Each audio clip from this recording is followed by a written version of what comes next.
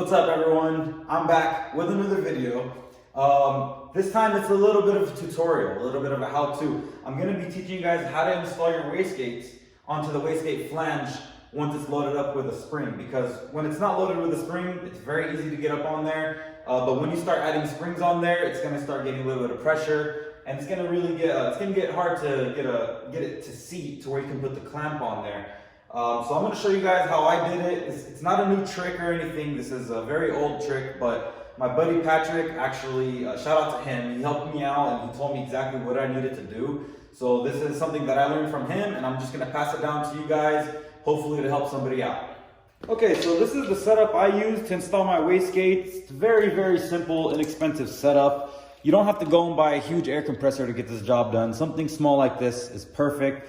I got it from Walmart for like 70 bucks. So if you're worried that you have to go get a huge compressor, you don't. Just get something like this or borrow a friend's compressor. I did get an accessory kit that came with a blowgun and a barb right here. So it makes it really, really simple to get this job done.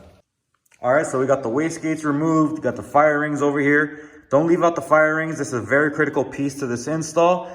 Install a vacuum port on each of the lower ports right here. Get you some silicone hosing, charge up your compressor, and let's get to work.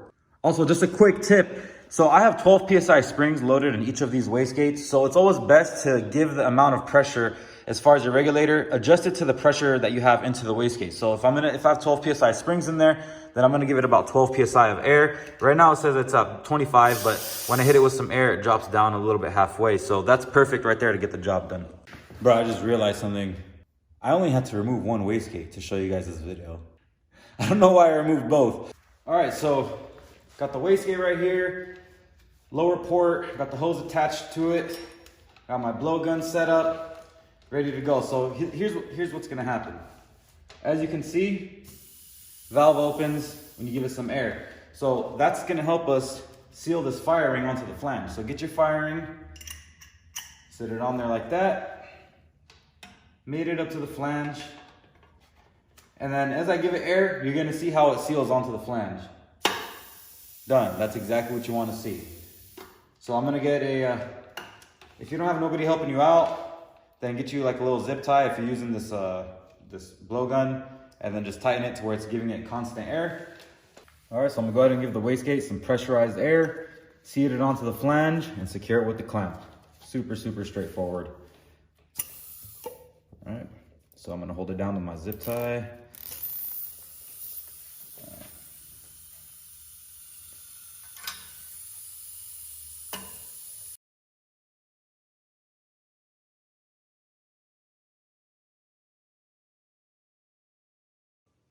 And just like that, the wastegates are installed.